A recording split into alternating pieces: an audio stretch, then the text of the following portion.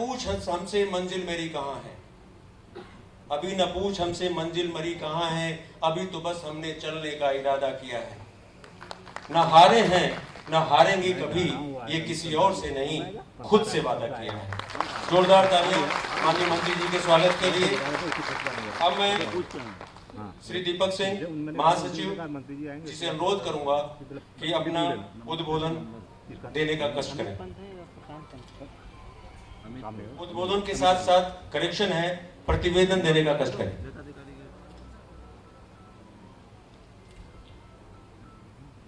परम आदरणीय माननीय मंत्री जी,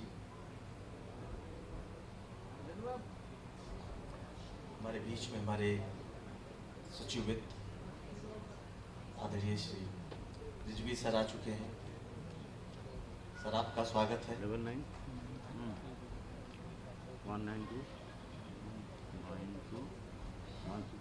निदेशक कोषागार महोदय, हमारी सेवा के सम्मानित सेवानिवृत्त अधिकारीगण, मैं बच्ची को ले जा रहा हूँ, सेवा के अन्य अधिकारीगण, मीडिया के सम्मानित प्रतिनिधिगण, हमारे लिए बड़े सौभाग्य का विषय है, हर्ष का विषय है। माननीय मंत्री जी हम लोगों के बीच उपस्थित हैं और आप सबकी यहाँ पर भागीदारी है। माननीय मंत्री जी का विशेष रूप से संघ आभारी है कि व्यस्ततम समय में से माननीय मंत्री जी ने समय निकाला, और मुख्य बात यह है कि संघ का अनुरोध 26 अगस्त को सर आप समय दे दें, माननीय मंत्री जी ने स्वीकार किया और 26 अगस्त को ही समय दे दिया। महोदय, ये परंपरा रही है कि पूरे कार्यकाल में तो हम आपसे निवेदन करते ही रहते हैं, लेकिन अधिवेशन के समय भी हम अपने कुछ कार्य, अपनी कुछ दुख, अपनी कुछ पीड़ा, कुछ अपेक्षाएं निवेदन के रूप में आपके समक्ष रखते रहे हैं। सर 1947 से सेवा पार करके और 75 वर्ष पूरा करके जिस तरह से हम आज अमृत महोत्सव मना रहे हैं, 75वीं वर्षगांठ मना रहे हैं, इस अवसर पर आयोजित इस अधिवेशन का एक विशेष ही महत्व हो जाता है। और इन 75 वर्षों में विभिन्न शासनादेशों और वित्तीय हस्त पुस्तिका के प्रावधानों के अंतर्गत कार्य करते हुए हम यहाँ तक पहुँचे हैं। लेकिन विगत कुछ वर्षों से जो हमारे वित्तीय और आर्थिक परिदृश्य में परिवर्तन हुआ है, उसमें कार्य करने में कुछ कठिनाई का अनुभव हो रहा है, जिसके लिए माननीय मंत्री जी हम आपसे निवेदन करेंगे कि कुछ ऐसे बिंदु हैं जो यद्यपि प्रत्यक्ष रूप से हमारी सेवा के हित में, हमारी सेवा के लाभ में दिखाई पड़ते हैं, लेकिन वो प्रदेश के वित्तीय स्वास्थ्य के लिए, वित्तीय अनुशासन के लिए, वित्तीय प्रबंधन के लिए बहुत अनिवार्य बिंदु है। उनका पालन करने से, उनका क्रियान्वयन करने से न केवल वित्त सेवा ही आगे बढ़ेगी, परंतु प्रदेश का वित्तीय अनुशासन, वित्तीय प्रबंधन और बेहतर होगा। महोदय, इस समय की एक बड़ी समस्या, एक बड़ा बिंदु कह लीजिए हमारे लिए, हमारी सेवा नियमावली है 1992 की, जिसमें आधिकारी सेवा 5400 से 6600 के लिए 8 वर्ष, 6 वर्ष, 3 वर्ष, 1 वर्ष इस तरह से निर्धारित है। महोदय, प्रदेश की हर सेवा में 5400 से 6600 के लिए 4 से 5 वर्ष की अवधि अधिकारी सेवा के रूप में निर्धारित है, लेकिन हमारी सेवा में ये 8 वर्ष होने के कारण और फिर 6 वर्ष होने के कारण सेवा में अधिकारी उपलब्ध नहीं हो पाते। ऊपर के स्तर पर मनोबल भी गिरता है सेवा के अधिकारियों का कि साथ के अधिकारी, बैच के अधिकारी जो अन्य सेवा के हैं वो ऊपर चले गए और हम अभी नीचे हैं। इसी के साथ महोदय एक और जुड़ी हुई समस्या है कि कि हमारे यहाँ सेवा नियमावली में ये व्यवस्था है कि चयन वर्ष के प्रथम जुलाई को हर कार्य सेवा पूर्ण होनी चाहिए।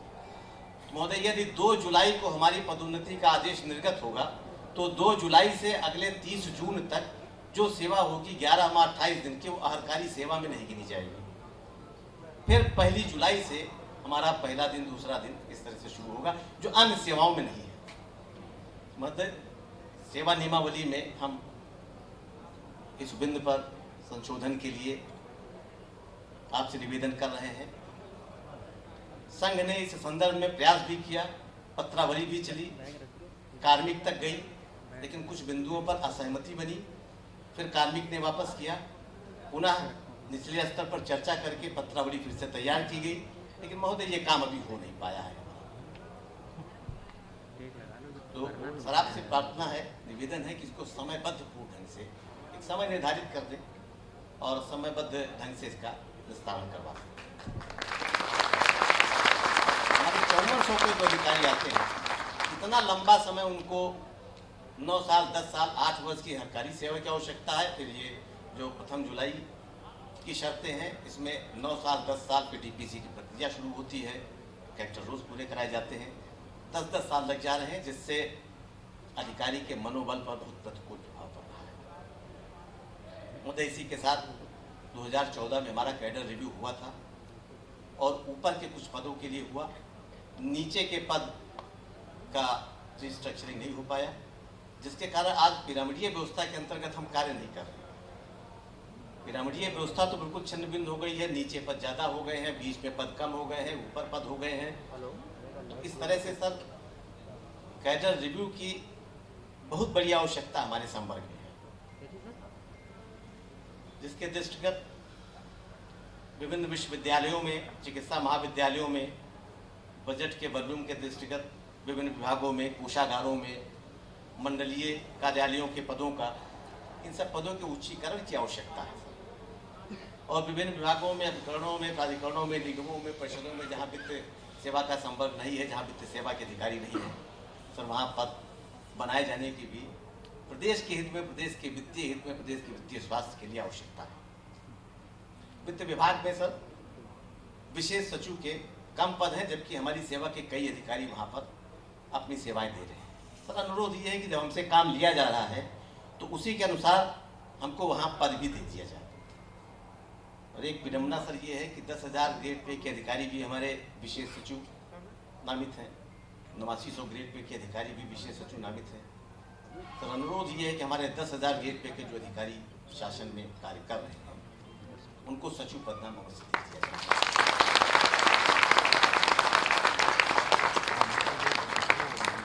इधर एक ये महसूस किया जा रहा है कि विभिन्न विभागों में शासन स्तर पर बजट को देखने के लिए वित्त विभाग का कोई अधिकारी नहीं, केवल एक वित्त विभाग है जिसके ऊपर सारा भारा है।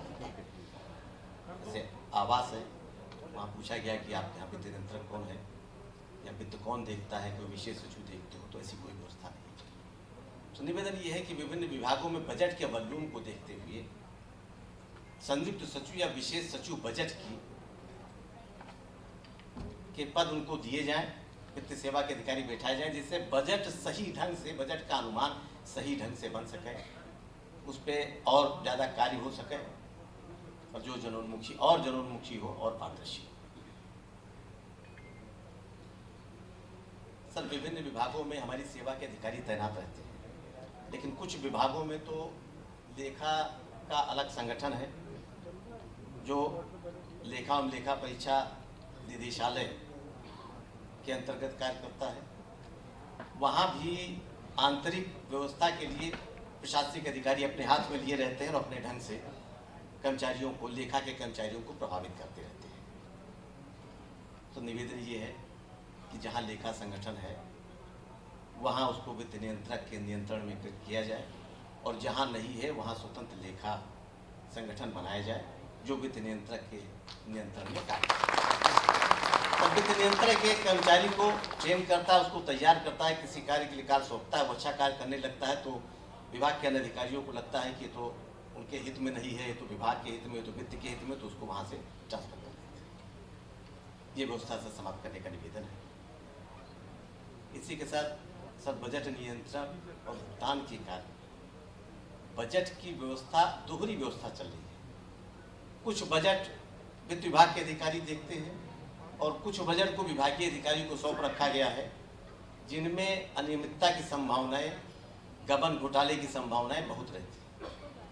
तो अनुरोध ये है कि बजट का पूरा नियंत्रण, पूरा कार्य, भुगतान आज ये सब वित्त सेवा के अधिकारियों को, जो उनका दायित्व है वो वित्तीय पुस्तिका के अंतर्गत, शासनादेशों के अंतर्गत कार्य करते हैं, ये उनको अनिवार्य रूप से सौंप दिया जाए।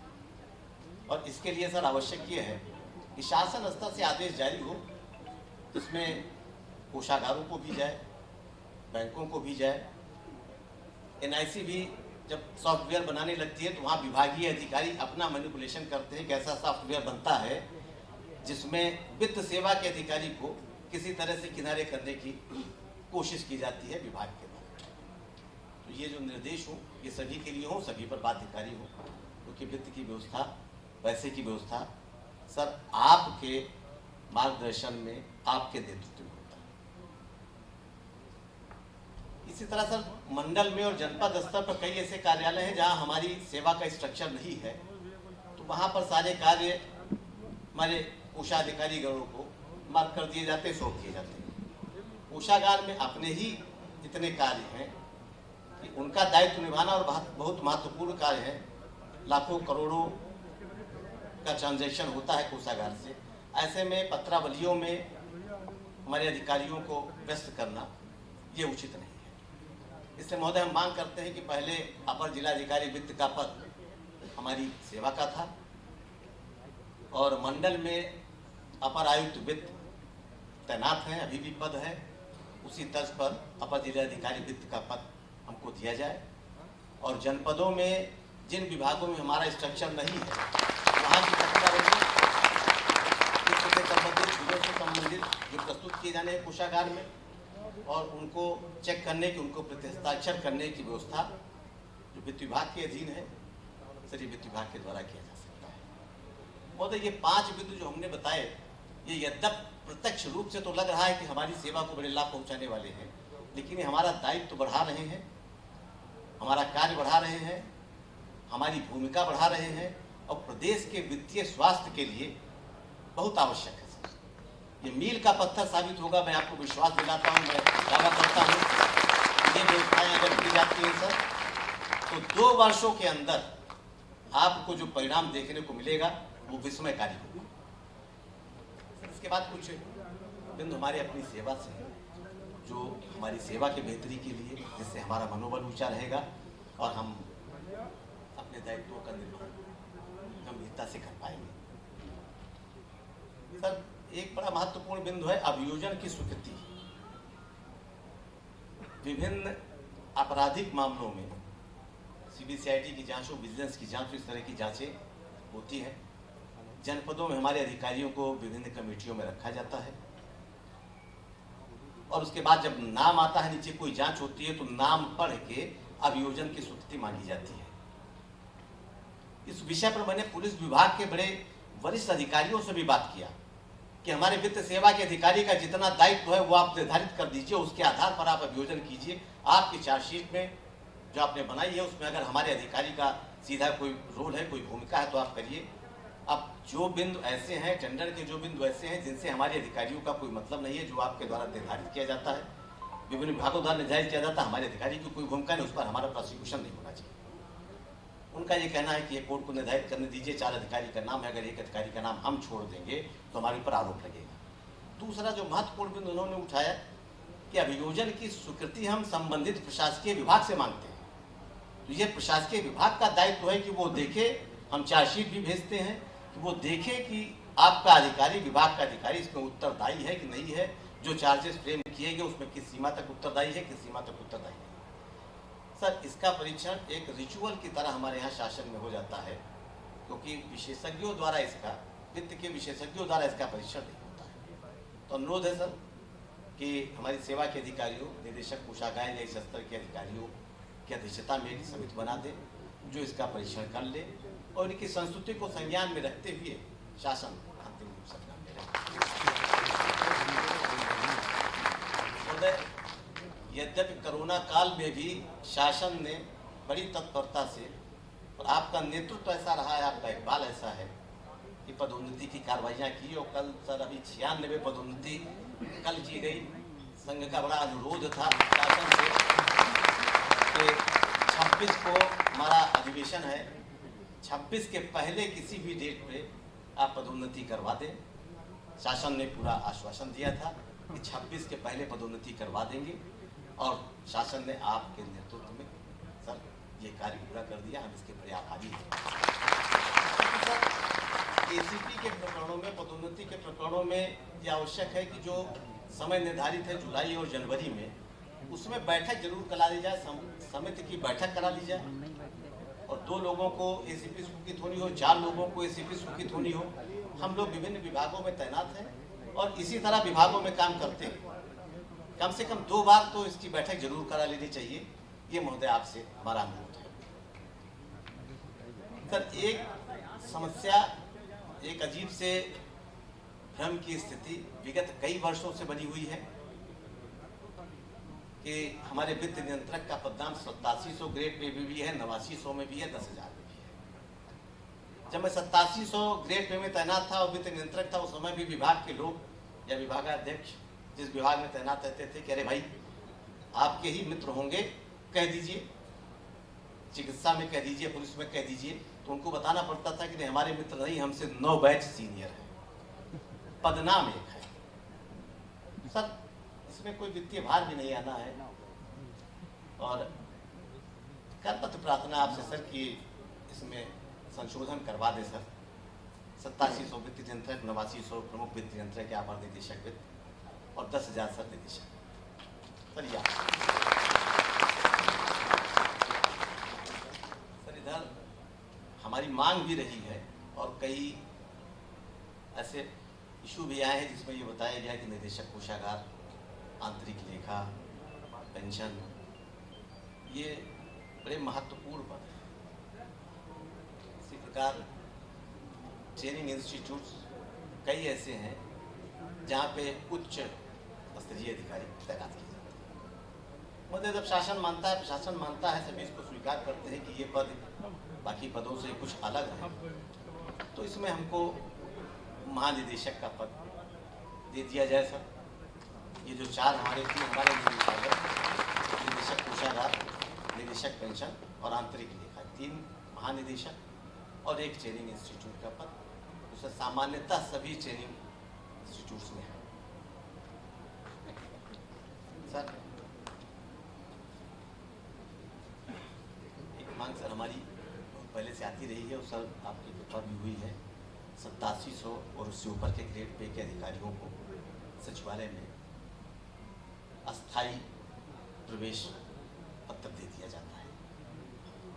लेकिन सर अब स्थिति ये है कि इस समय 7600 के भी अधिकारी, 6600 के भी अधिकारी, हमारे कोषाधिकारियों को भी शासन में बुलाया जाता है, ब्रीफ करने के लिए बुलाया जाता है विभिन्न समितियों के समक्ष।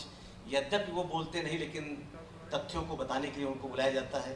विभिन्न निदेशालयों में जो 5400 के अधिकारी तैनात हैं, उनको विभिन्न बैठकों में कार्य इस तरह से बढ़ गया है। सरकार की जो नीति है कि जन जन तक पहुंचना है, तो उसमें हमारे दायित्व नीचे स्तर से ऊपर स्तर तक सब में बढ़ गए।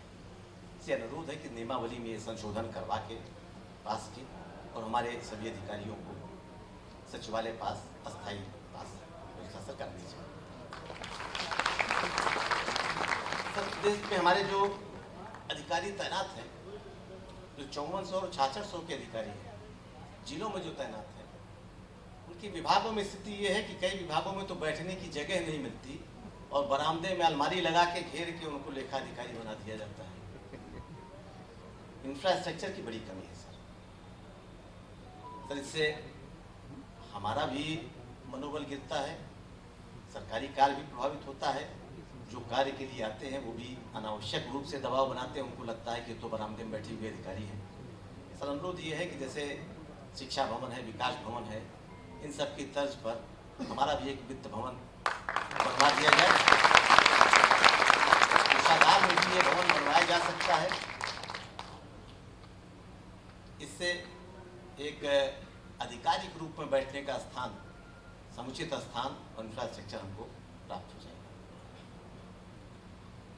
सर हमारे सेवानिवृत्त अधिकारीगण जो लखनऊ में नहीं रहते, वो बाहर से अपने सेवा काल के समय के विभिन्न कार्यों के संबंध में उनको शासन में आना पड़ता है, उनको मुख्यालय में आना पड़ता है।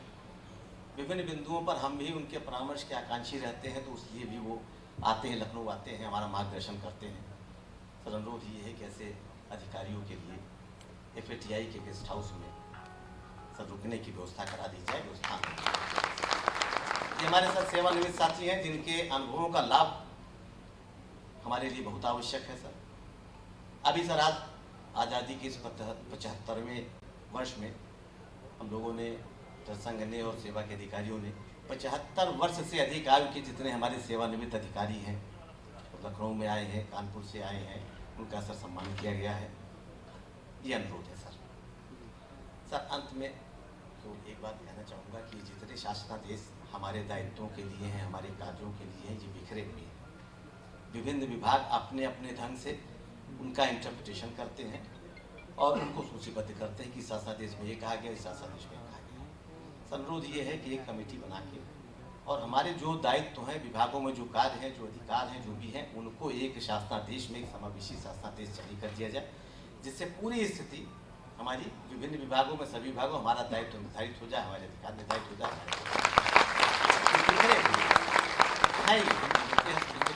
इसको अलग अलग उलट पलट के देखना पड़ता है। तो अब इस समय सर ऐसी स्थिति की एक समिति बना के इसको सर स्पष्ट कर दिया जाए। जो अस्पष्टता है और जो विकास हुआ है, प्रक्रियाएं परिवर्तित हुई हैं, जो डिजिटल इंडिया का कॉन्सेप्ट है, इन सबको देखते हुए सर इसको अपडेट कर दिया जाए एक शासन से। महोदय हम आपसे बहुत मांग कर चुके हैं और ये दृष्टता हम इसलिए कर रहे हैं कि कोरोना काल में बहुत समय आपके पास जाने का नहीं मिला। वो समय भी ऐसा नहीं था कि हम मांग लेके जाएं, लेकिन जब भी गए हों, चाहे वो ARDR के प्रकरण में गलत ढंग से कार्रवाई किए जाने का मामला रहा हो, जो संघ ने आपसे निवेदन किया आपने उसको मान्य किया। पदोन्नति के बाद तैनाती के विषय में सर आपका बड़ा आभार कि आपने अपना ही निर्णय संघ के उन अधिकारियों के अनुरोध पर फाइल मंगा के परिवर्तित किया। सर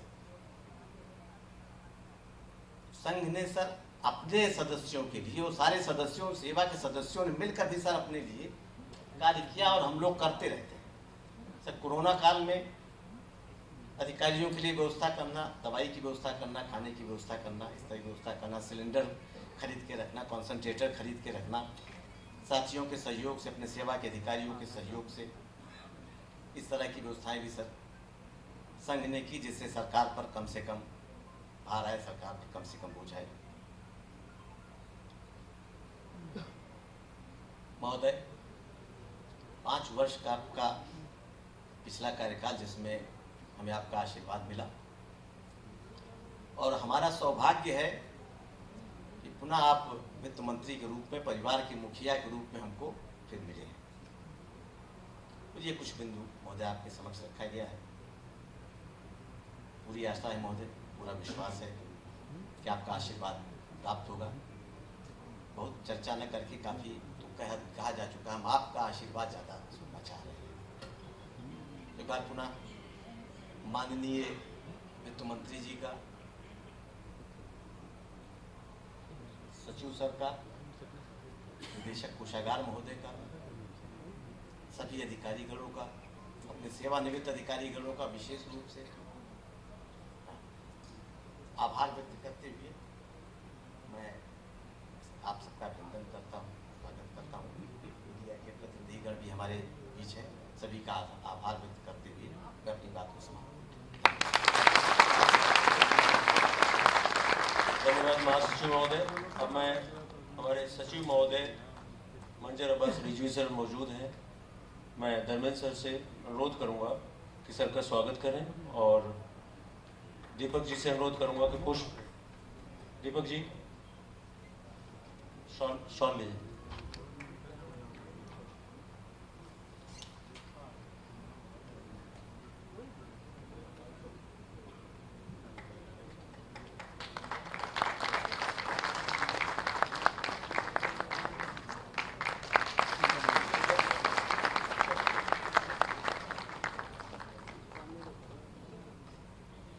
इसके पश्चात भिक्षा का अनुमोदन, तत्पश्चात माननीय मंत्री जी का उद्बोधन होगा। पूजा रमन से अनुरोध है कि भिक्षा का विमोचन कराने का कष्ट करें।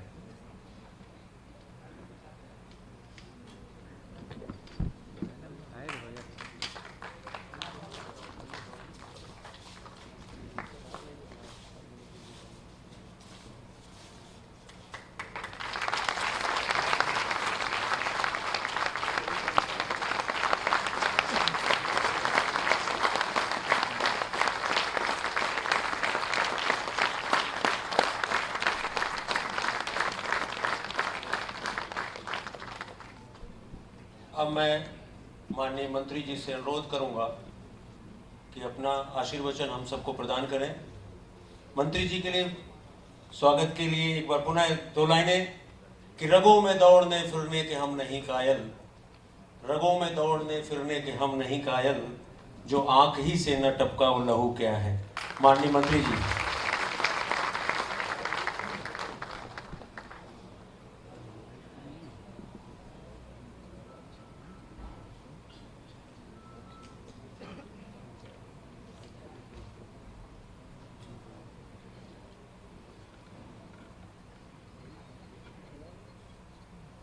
उत्तर प्रदेश वित्त एवं लेखा सेवा के अधिवेशन में मंच पर उपस्थित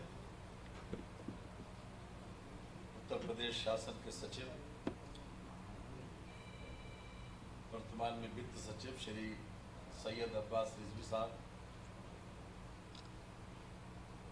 निदेशक श्री आलोक अग्रवाल जी,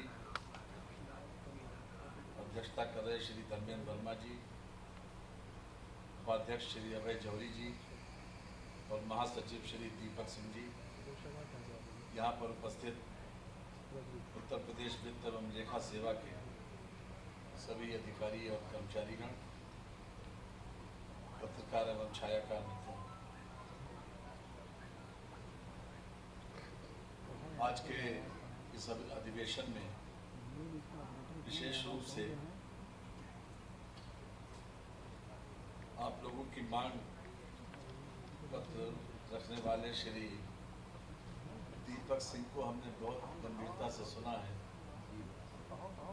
उनको तो दरअसल हाई कोर्ट या सुप्रीम कोर्ट में वकालत करनी चाहिए।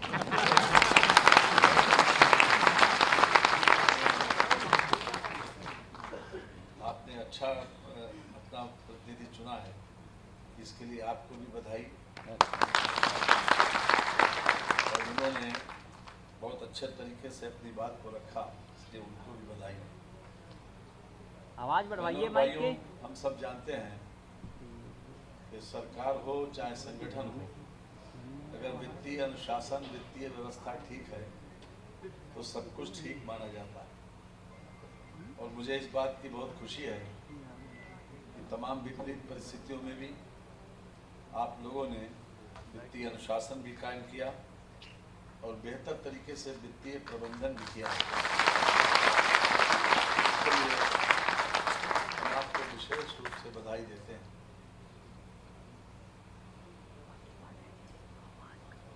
उत्तर प्रदेश सरकार का जो वर्तमान ख्याति बनी या जो पब्लिक परसेप्शन बदला है पिछले 2017 के बाद से, उसमें आप लोगों का बहुत सराहनीय, बहुत महत्वपूर्ण, इसके लिए भी मैं आपको बधाई देता हूँ कि आपने हर परिस्थिति में वित्तीय अनुशासन और वित्तीय प्रबंधन कायम रखा। इसके लिए विशेष रूप से भी मैं आपके प्रयासों की सराहना भी करता हूँ। टेक्नोलॉजी का युग है, हम हर तरफ टेक्नोलॉजी की तरफ बढ़ रहे हैं, चाहे वो ई पेमेंट हो, ई कुबेर व्यवस्था हो, ई पेंशन हो, या विभिन्न सॉफ्टवेयर के माध्यम से जनोपयोगी और पारदर्शी व्यवस्था को और मजबूती प्रदान करने में भी आप लोगों का बहुत बड़ा सहयोग रहा। इसके लिए भी हम आप सभी लोगों को बधाई देते हैं। अभी आपके प्रतिनिधि कह रहे थे बजट की वाली बात, जहाँ तक मेरी जानकारी है कि बजट तो शासन में बैठे लोग ही तैयार करते हैं। कहीं कभार हो सकता है विभाग के कुछ लोगों से सहयोग लिया जाता हो, लेकिन पिछले कई वर्षों से जब से मैं विभाग से जुड़ा हूँ, प्रत्यक्ष रूप से मेरा अनुभव यही है कि बजट की व्यवस्था तो आप ही के लोगों के माध्यम से होती है, क्योंकि बजट अनुमान तैयार करने में, आय व्यय संबंधी आंकड़ों में, पेंशन प्रकरणों में और तथा तमाम जितने भी हमारे लाइबिलिटीज़ हैं उसको निस्तारण करने में सबसे ज़्यादा इस बात को ध्यान भी रखा गया है। कोरोना काल में भी आपके अधिकारियों ने हर प्रकार से सहयोग भी किया। अभी जिसका जिक्र हमारे श्री दीपक सिंह जी ने यहाँ मंच से किया, उसके लिए मैं पहले से ही धन्यवाद भी दे चुका हूँ और बधाई भी।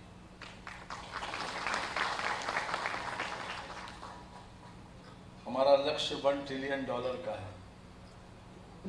हालांकि जो नीति आयोग की जो टीम आई थी वो भी बहुत ऑप्टिमिस्टिक थे और हम उनसे ज़्यादा ऑप्टिमिस्टिक,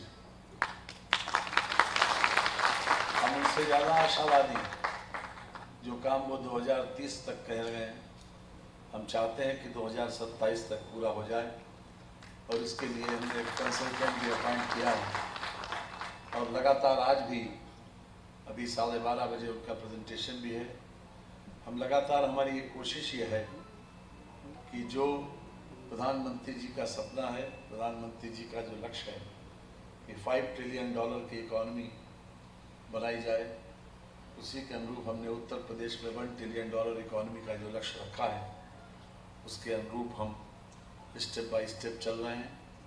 और हमारी हर कोशिश होगी कि हम, चाहे वो हमें इन्वेस्टमेंट कितना ही प्रयास करके लाना पड़े, उत्तर प्रदेश का माहौल, लॉ एंड ऑर्डर की स्थिति बेहतर हुई है।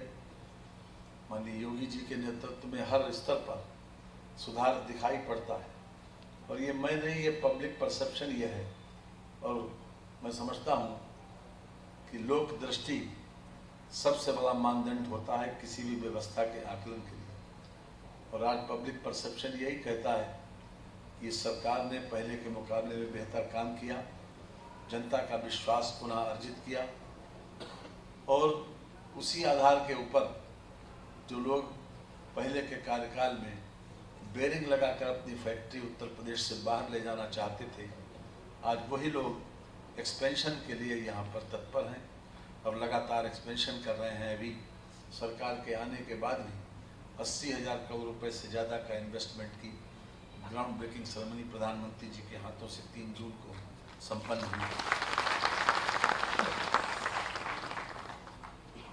मुझे पूरा विश्वास है कि वित्त सेवा के अधिकारी अपनी पूरी निष्ठा के साथ कार्य करते हुए जो तैनाती विभागों में, कार्यालयों में, वित्तीय प्रबंधन और वित्तीय अनुशासन के लिए जो विशेष रूप से हमने अपेक्षा की है उसके अनुरूप प्रयास भी करेंगे।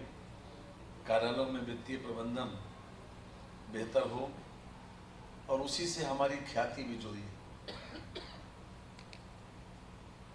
पब्लिक परसेप्शन ज़्यादातर सही बनता है क्योंकि हम सब लोग अपने कार्य के आधार पर ही पहचाने जाते हैं। हम बेहतर परिणाम देंगे, बेहतर व्यवहार करेंगे तो हमारी ख्याति भी उसी के अनुरूप बनेगी।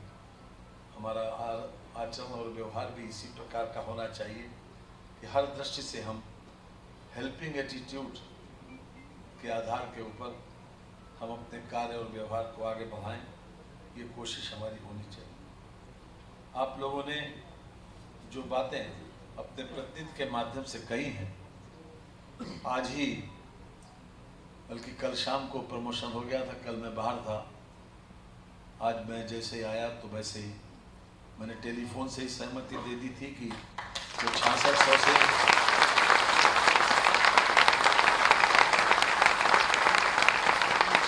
76 जो प्रोन्नति की बात थी उसको कल शाम को ही मैंने फ़ोन पर कह दिया था, इसको जारी करवा दें। और हम समझते हैं ये भी अपने आप में आज इस अधिवेशन की बहुत बड़ी उपलब्धि है। 6600 से 7600 पे गिरट के ऊपर लगभग 100 लोग प्रमोशन पा रहे हैं। श्री सरयू प्रसाद मिश्रा जी बराबर आपके हितों के लिए संरक्षण करते रहते हैं और बराबर इस बात के लिए कोशिश भी करते हैं। आपने जो मांगे रखी पदों के उच्चीकरण के बाद पदों का नामकरण 8700, 8900, 10,000 का जो वित्त नियंत्रक का पद है उसका नामकरण करना, जो निदेशक का पद है उसको महानिदेशक के रूप में परिवर्तित करना, और जिस प्रकार से प्रोसिक्यूशन की बात आपने कही है क्रिस्टल क्लियर बिल्कुल जब तक ना हो जाए तब तक हम लोग कोशिश करते हैं कि उस जनरल फाइल पर, ऐसी फाइल पर हम दस्तखत न करें, क्योंकि खास तौर से किसी भी निर्दोष व्यक्ति भी हो और उसका नाम कहीं आ जाए तो उसको अपने आप के बचाने में एक तो मानसिक उत्पीड़न भी होता है, टेंशन में भी रहता है और उसका उसमें पैसा भी खर्च होता है, और जब डिस्टर्बेंस होता है उसकी मनोस्थिति काम की नहीं रहती, वो हमेशा परेशान मनोदशा में रहता है और व्यथित मानसिकता का व्यक्ति तरक्की की बात न तो सोच सकता है न कर सकता है। इसलिए हमारी पूरी कोशिश है, लेकिन हम आप लोगों से एक अपेक्षा जरूर करते हैं कि चलती हुई फाइल के ऊपर बिना देखे जहाँ दस्तखत करने की बात आए, दस्तखत करने से पहले उस टिप्पणी को देखना जरूर चाहिए। अगर बिना देखे टिप्पणी का दस्तखत करेंगे तो निश्चित रूप से कहीं ना कहीं परेशानी में फंस सकते। अगर रूटीन वे में आप दस्तखत करेंगे, आप कहोगे हम इतनी फाइलें कैसे पढ़ें, चाहे कुछ भी हो, दस्तखत करने से पहले उस टिप्पणी को देखना जरूर चाहिए जिसमें आप प्रभावित हो रहे हैं। और अगर नहीं देखेंगे तो निश्चित रूप से कभी भी कोई परेशानी आ सकती है। लेकिन हम जानबूझकर किसी लोगों को फंसाना नहीं चाहते, या जनरल रूटीन वे में किसी का प्रोसिक्यूशन सैंक्शन कर दें, उसका दस्तखत अगर होंगे कहीं, ऐसी परिस्थिति में कई मामले हैं, हम उसमें जरूर चाहेंगे कि उसमें भी तेजी आए, चाहे वो कोषागार का हो, चाहे स्टाम्प का हो, कई मामले ऐसे पुराने हैं। लेकिन किसी भी निर्दोष व्यक्ति को फंसाने की न तो कोई मंशा है और न ही कोई ऐसी उसमें कोई मज़ा आता है कि भाई किसी आदमी को परेशान किया जाए बिला वजह। हम खुद भी इसके कायल हैं और मैं जिस प्रोफेशन से संबंधित रहा हूँ उसमें ख़ास तौर से अगर बिना एविडेंस के, कोई एविडेंस अगर नहीं है तो उसको कोई फंसाने का सवाल पैदा नहीं। बहरहाल आपकी जो मांग पत्र है, मैंने कुछ बिंदुओं को नोट किया है, सब बातों का यहाँ पर उल्लेख करना, कैडर रिव्यू के बाद, पदों के उच्चीकरण के बाद, मैंने सभी चीज़ों को संज्ञान लिया है और हमारी कोशिश ये होगी कि हम नियमावली में संशोधन से लेकर कैडर रिव्यू तक जो भी बातें आपने उठाई हैं उसको आगे बढ़ाएं।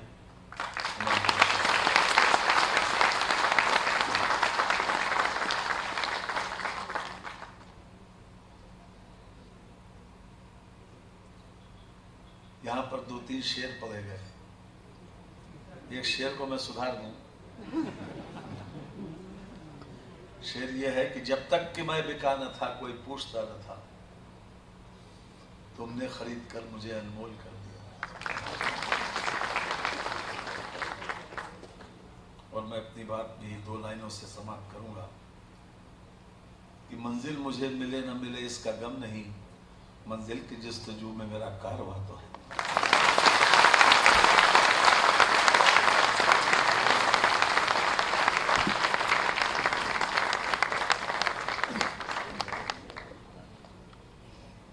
अब मैं अध्यक्षीय भाषण से पहले मोमेंटो देने के लिए रिक्वेस्ट करूंगा दीपक सिंह जी से, कृपया सर लोगों को, माननीय मंत्री जी को मोमेंटे देकर स्वागत करें।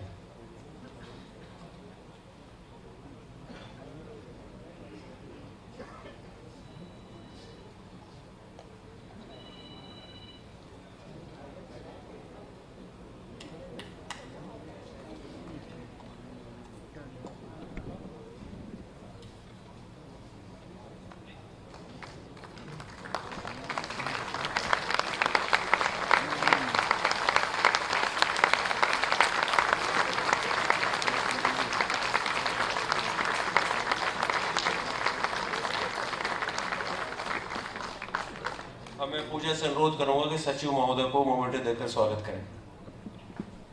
धर्मेंद्र सर।